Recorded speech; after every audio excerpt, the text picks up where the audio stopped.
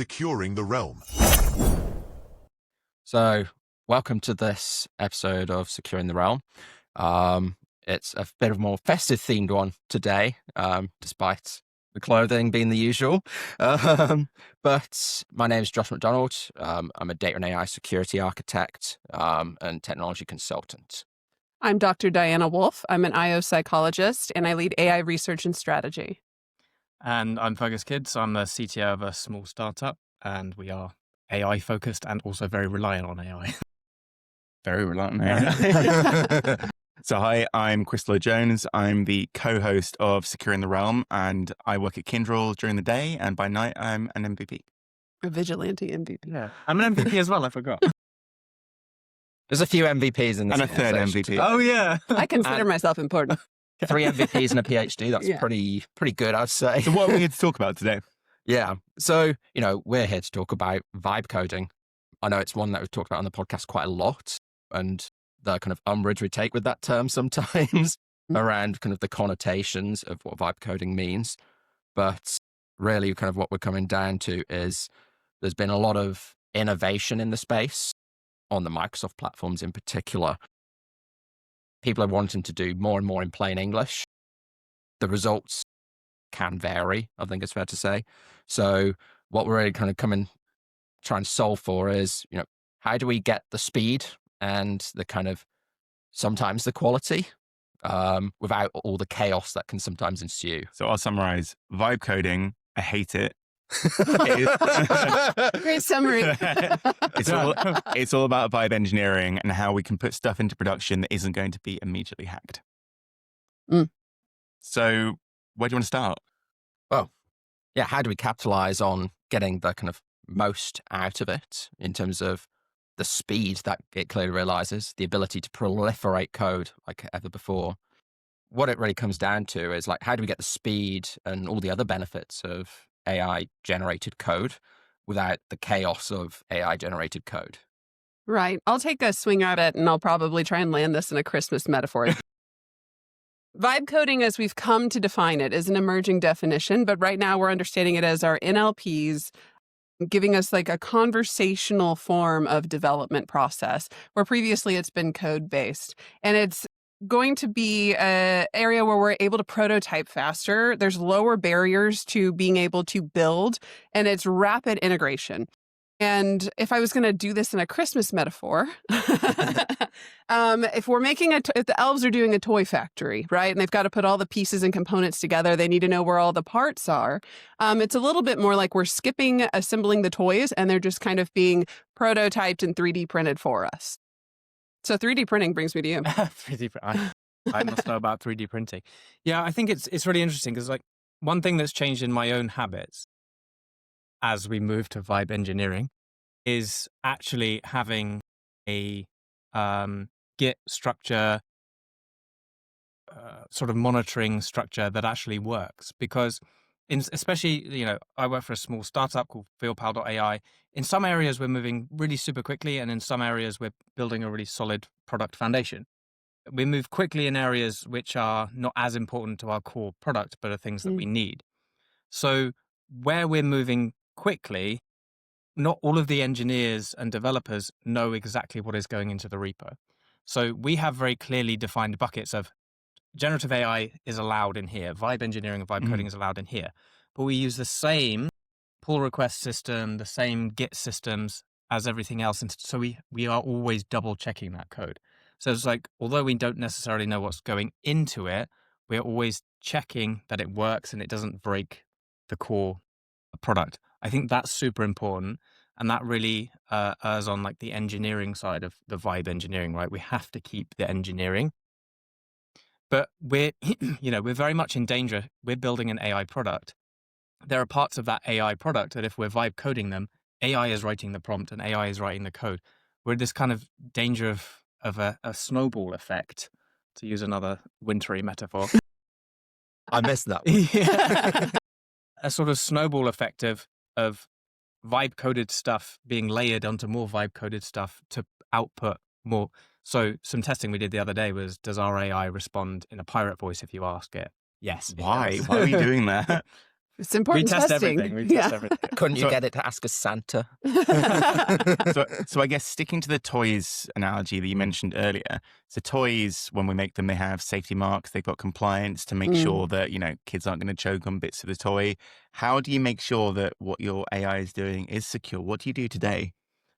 We say, please don't put lead in the toys. So What are you making? So it's a really good point. Today it's basically done through prompt engineering at the beginning.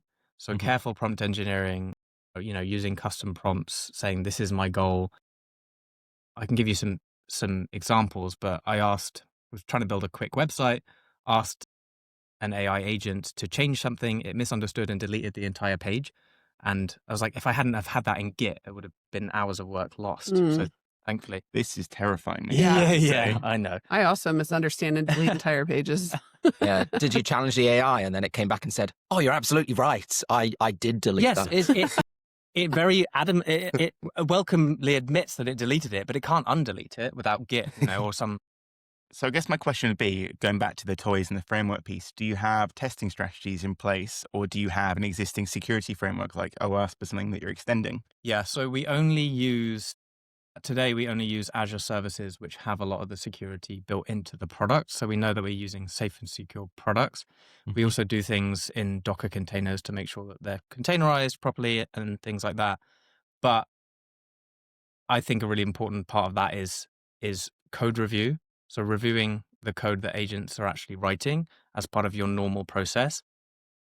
And testing is a really interesting topic because testing is very important to everyone and everything.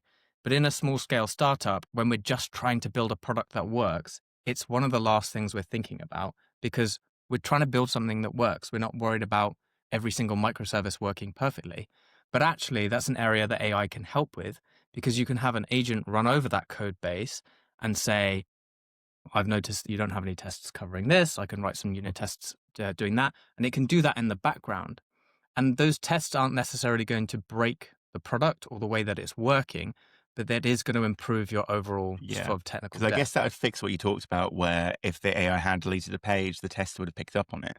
So it's not about testing every scenario. It's about making sure that features aren't being removed. Exactly. What about the volume of code generation, though? If we're saying code review is the viable way to make sure that we're maintaining quality and integrity and security of our code, how much can a human really be expected to process? I mean, in the toy analogy, it's like if we 3D printed 100 million toy soldiers, we're also going to have to check every single one, right? It's just not realistic.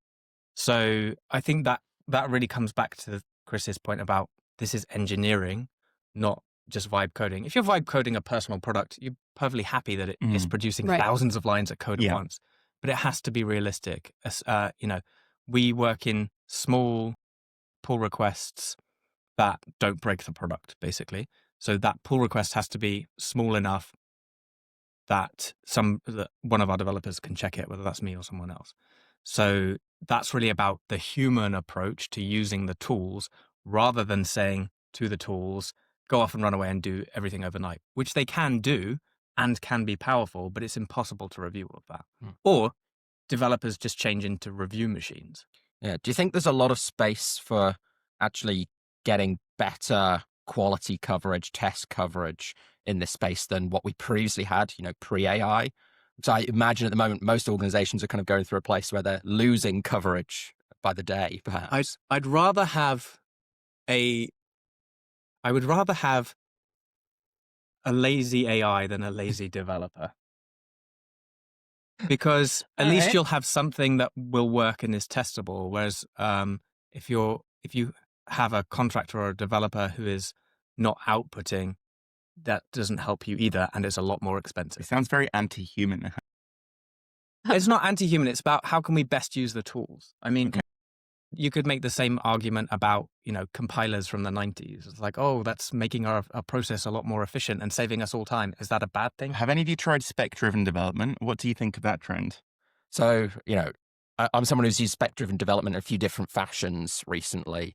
And I know we've got some projects on our repo at the moment as well that are essentially driven entirely by spec-driven development.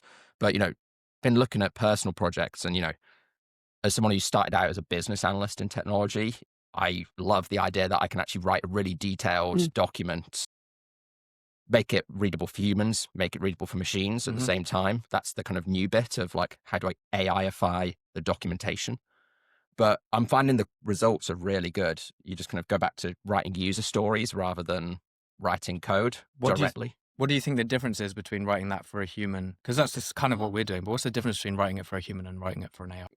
I think that potentially when we think about how we're going to be speaking with AIs and some of the ways we've just been able to communicate with each other naturalistically as humans, we need to be making sure that we put boundary setting into the language, right? So we don't use generalizable terms, right? Not like make this, I guess, understandable to a user. That's kind of a generalizable thing. But if there are certain features and ways you want to build that out, I would lean into that.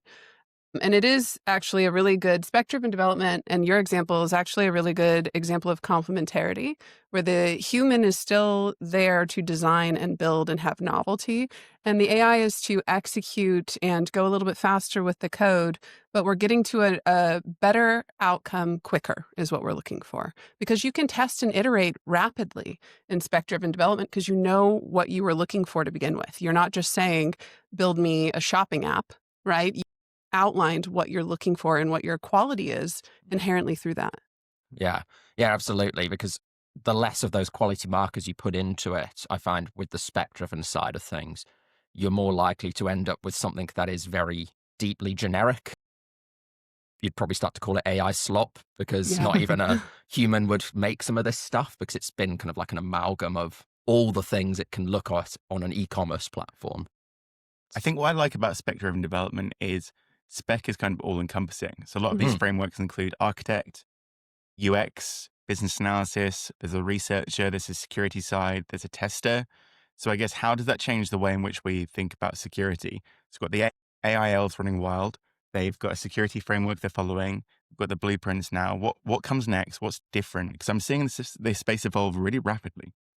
Yeah, it's a good one. And, from a security perspective, I think we're still trying to play catch up at the moment. And that's probably broader than just the development side of code. We're trying to get the governance right around the processes, the ways of working. But, also the traditional tools, they're struggling with some of this. A static code analysis of AI-driven code does work, but it's kind of hard to kind of keep up with the pace of traditional analysis when you are doing more and more proliferation of code. So how do we stop Fergus's product getting hacked? So Please. should he be building a new security framework, doing something like from scratch? What's the right way forward? Using off the shelf? Like that's our kind of approach today. Yeah, I mean, we recently explored the whole point of around application security around AI broadly. And, application security is something that has to go across all applications. But there's also some promising stuff around the GitHub space as well at the moment, being able to bring in agents from a variety of different spaces, the GitHub Agent HQ. I'm sure that we saw around, the end of last month, starting to appear in some of the environments, being able to use agents from a variety of different sources. But, we can't put AI back in the box now. It's out there. So we're just kind of have to react. So that's nice. But going back to my question, how do we stop Fergus getting hacked? Should he be building something from scratch or should he be using an existing framework? I'd say start with the existing frameworks. One of the things we explored was how we can use 27034, the standard for app security.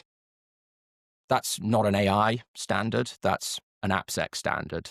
So whilst the tools are struggling to keep up, the frameworks, I guess. And the frameworks can be used by spec-driven development, right? Because you can turn the framework into apply this. Yeah. As long as that spec is either kind of available to you or it's open source in some way and can be used with all the proper licenses, of course.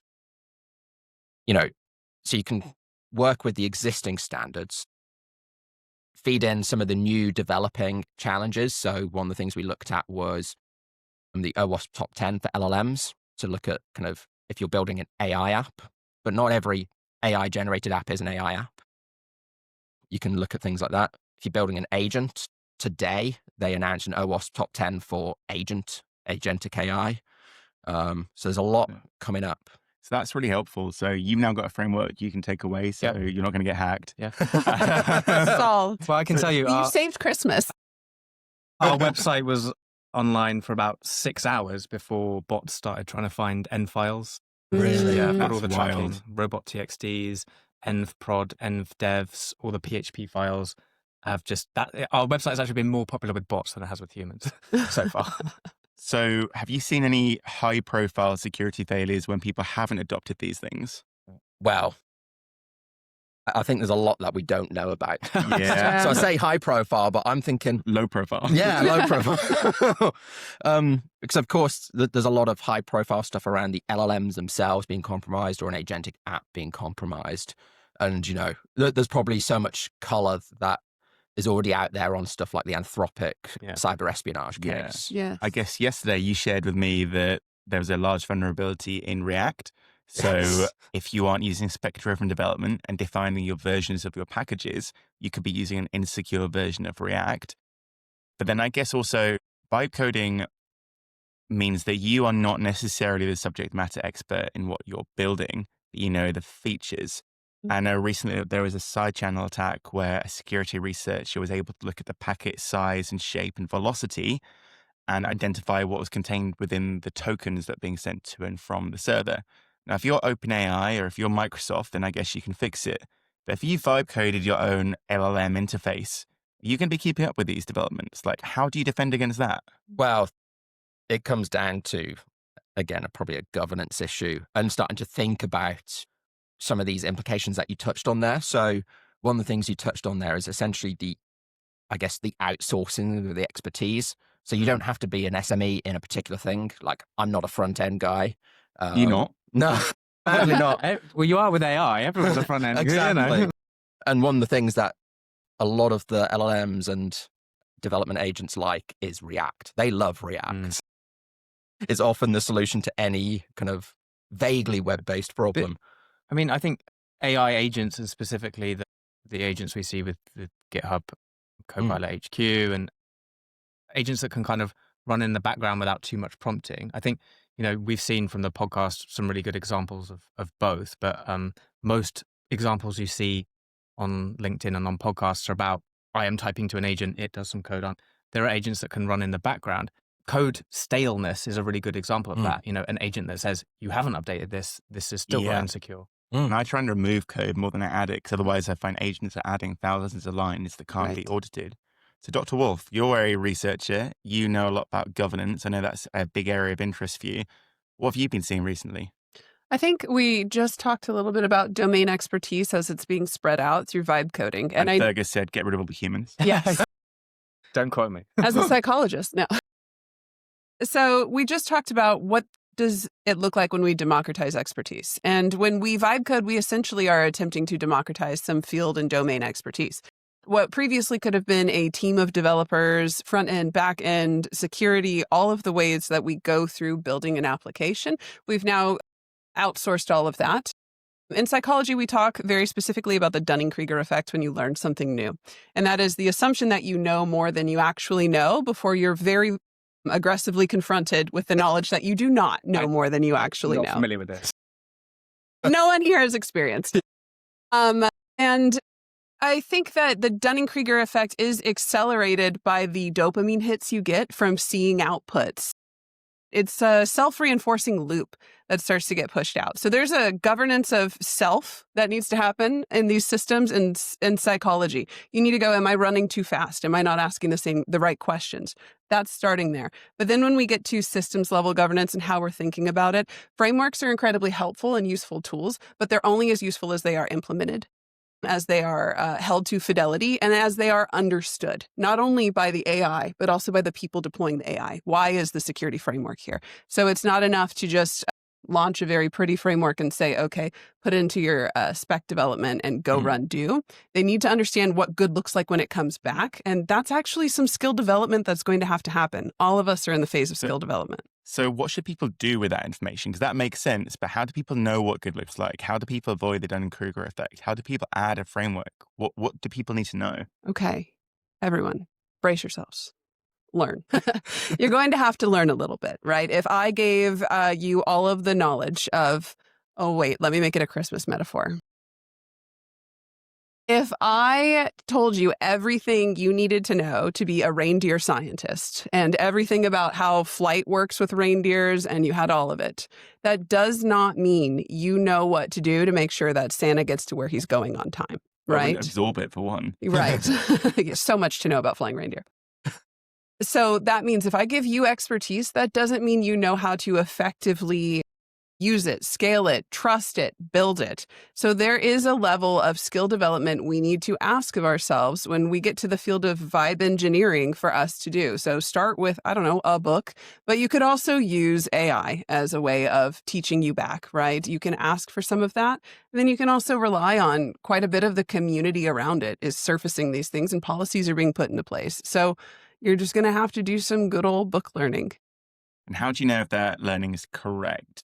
How do you know what the AI is telling you isn't slop? Right. I would probably lean toward if I would use the AI to surface information so you can learn, but I'm sure we're going to see an emergence of a lot of certifications and governance and things like that, that we're going to say that this engineer who is capable of using AI in their development process is actually capable of doing it in a secure way and they understand the framework. We've seen that time and time again. So what will you be doing now? It just made me think about, can we certify the AI? Make sure it knows what it's talking about. What will I be doing? I think one thing that, we've joked a little bit. So what I took from what Diana was saying is there's a really important place for human because we need to apply that. We need to do that learning. We need to apply that learning. And that's what AI isn't very good at because it will just regurgitate the last thing you said. So if you say that was completely wrong, it usually says, yes, I totally agree.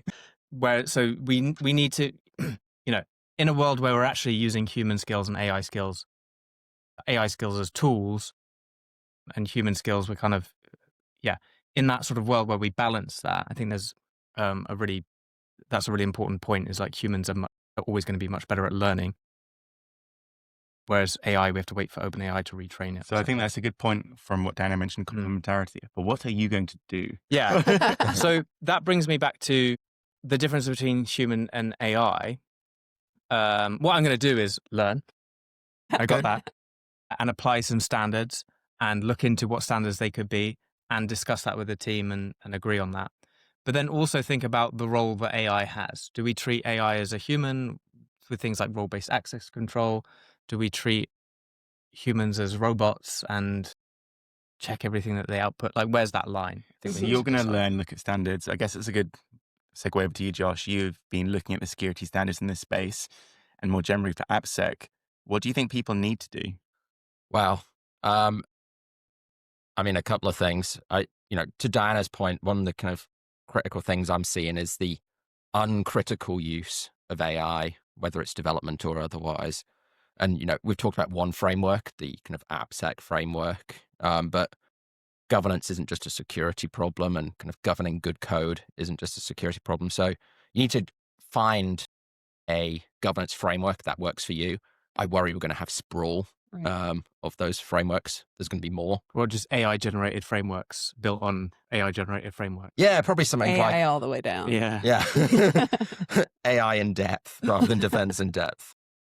But no, like as we've seen with the explosion of the MCP, the Model Context Protocol, we now have probably just as many developers of MCP servers as there are MCP servers at this point, and far, far more than there are MCP users. So we've been working with machine learning since like 2017, 2018. We've been focused on AI since 2020, 2021. But there's a lot of people now entering the space who've just read something of ChatGPT or Claude and have no idea what they're talking about. How do you detect that? Honestly, I don't know how we detect that other than say to rely on your critical thinking. I think it's an invaluable skill. Detecting AI. Oh, go on. Sorry. And detecting AI content is definitely one thing. M-dashes, emojis everywhere. And there's definitely telltale signs. But you just got to rely on your own critical thought as to not whether something is AI generated, but is it something that makes sense regardless of where the output comes from? I've written code with AI and have been called out by developers saying, oh, I liked your solution to XYZ. And I have thought, I don't remember doing X or Y or Z because it was something that an AI fixed in the background whilst I was doing something else. So I think one strategy is just asking people about what they did, what resources they used, and if they can't answer any of those questions. The way you see it with a front-end developer is exactly what Josh said, is if they use emojis instead of an SVG library, that is vibe coded. Yeah. I guess that neatly ties to what you mentioned earlier when you alluded to like unconscious incompetence, conscious competence, conscious incompetence, and Say it 3 times fast. how you figured out, well, I also missed one as well. How you figured out who shifted from one to the other. Yeah. Do you want to Yeah. Ultimately, vibe coding is, it's not going away. We can do better. It is going away with vibe engineering. Yeah. Well, we're evolving it then. Fair enough. But, it's very powerful. It's not something we necessarily want to avoid. But the question is whether we let it run wild. And the answer is we shouldn't. But what we can do to make it a sustainable pace and aligned with what humans actually want and expect as well. So where can people go to find out a little bit more?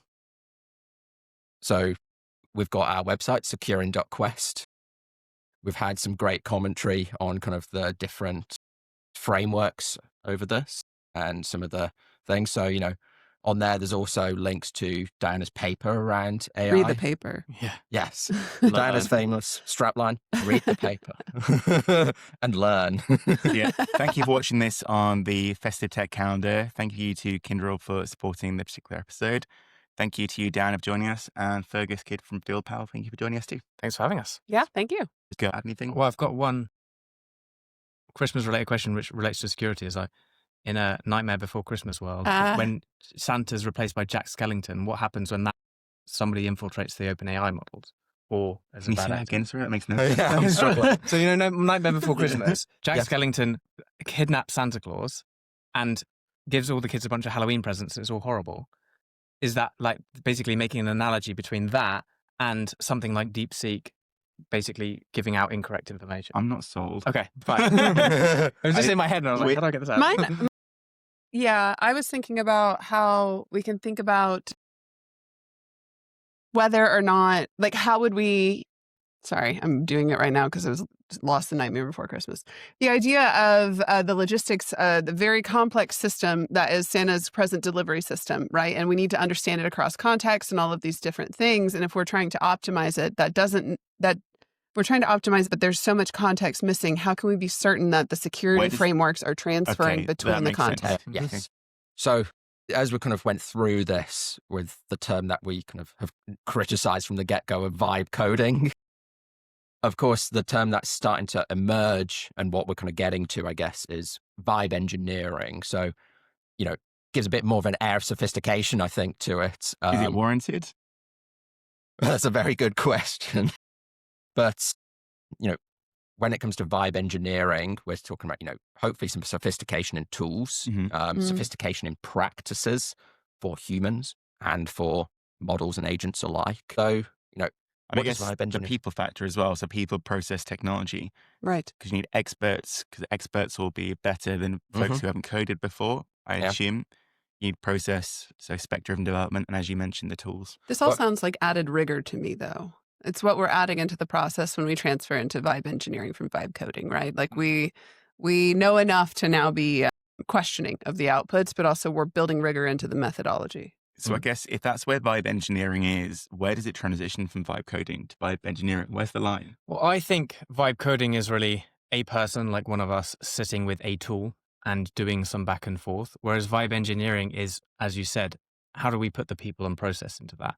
So like at FieldPal, we are very much using vibe coding, that we have engineers doing certain things for vibe coding, but we need to fit that into a process. So one thing we're doing is we're having agents review pull requests to make sure before a human looks at it, it can highlight some, but that's process, right? That's us as humans agreeing we will use AI to check some of our pull requests before a human does, because we have agreed that it saves us time on the process. So for me, it's that shift between sort of one-on-one churning out hundreds of lines of code to let's pick the right tool for the job, put it in a rigorous process where it actually helps and works, and let's have all of the people agree on that and use that process correctly, but also, be able to vote to change that. If a better tool comes out, if a better process comes out, if we change to a new framework. It sounds very democratic. Yeah. I guess as well, if you think about engineering in general, the patterns and practices will evolve over time as people become more expert in their field. Yeah, absolutely. And, we've had practices like DevOps for some time now, but there was definitely a time before DevOps. Shocking, I know. I may have received a code sent to me in a zip file in OneDrive. CTO. I will reiterate that vibe coding has made me much better at Git because it deletes stuff. Okay, Christmas question. Okay, so let's get back to the holiday theme. So Santa Claus, all right? Christmas is a very complex system of subsystems. We've got to go across user preferences, what the kid wants, right? Sentiment toward the user, whether they're naughty or nice, time zones. And we have to orchestrate all of that with the supply chain, our elves and toy factory. So as we're looking at the present distribution center for Santa Claus, how do we make sure that we are secure end to end with each of these contexts and overlapping asks and constraints? That's a good one for you, given your focus security lad. Yeah, absolutely. So there's a lot to kind of go through there and manage, but, starting with the supply chain side of things, you kind of need to still be cognizant of your own software supply chain. As many of the AppSec frameworks will say, kind of looking around your libraries and things like that. And as we talked about earlier, a lot of code-gen tools love React. There's a 10.0 vulnerability out on React at the moment. So if you use the wrong version, you're probably going to get hacked at this point. So, having the knowledge of your software supply chain, building things like a software bill of materials, and still doing that by hand, maybe with some AI assistance. I say by hand, on a computer. I was going to say, the second you said by hand, I was like, what? my hands touch the keyboard. So kind of like everything you're feeding into that factory or Foundry, if you're using something like Azure Foundry to build these apps, is kind of crucial. But then as you go to kind of the assembly process, not just kind of the tools and things that you're using, the spec-driven development, how does that come into it? Not just defining a requirements or an architecture or any of the other artifacts we talked about, but enforcing like an adherence to that architecture, I'd say as well. So one of the things I found we have to do sometimes is kind of go back to, let's say, Claude or GitHub Copilot and say, hey, so can we just have a look at what we've got so far and how it aligns to our spec? And then it will say, oh, I've done these extra things that weren't on the spec. And you go, okay, but that's not what I asked for. And then it goes, you're absolutely right. So it sounds like, to hit your Santa Claus like supply chain analogy, that you need to really focus on the frameworks and processes that we have today and not create something new, but build on it iteratively and go, where might this differ for AI? Yeah. It's evolution, not revolution, I guess, if you want to try and summarize it. Santa Claus leaves his Azure Toy Foundry with a GitHub Copilot instead of a reindeer. Where else are we going to go? I can't handle it. We've gone too far. Yeah. Okay, so, well, thanks very much, everyone, for kind of the kind of experiences around AI generation of code and kind of the sprawl and the analogies that we've learned along the way of really not forcing in the Christmas message to this. So, no, thanks very much for playing along on that. Of course, if you want more information, you can go to our website. So that's, for example, where the application security framework we talked about is available. So securing.quest. And of course, thanks very much to Diana as well. Yes, and my paper is also hosted on that website. If you want to go ahead and take the lesson of maybe as a human we should learn, feel free to read my paper on the website. In addition to that, making sure that we are leaning into some of the strategies that we're implementing and we're considering what that means for the people and human, or the human and AI systems functioning at their best. Thank you. Awesome. And if my message is, if you have elves on the front line, please visit fieldpal.ai and learn more about how we can make those operations on the front line, present delivery and other things on the front line, more efficient using some of this super cool AI. And yeah, thanks for having me. Yeah, Thanks, everyone. That was Securing the Realm. Now, I'd like to say thank you to Kyndryl for sponsoring this episode, and hopefully you're catching us on the Festive Tech calendar. So see you all soon. Thank you. Merry Christmas.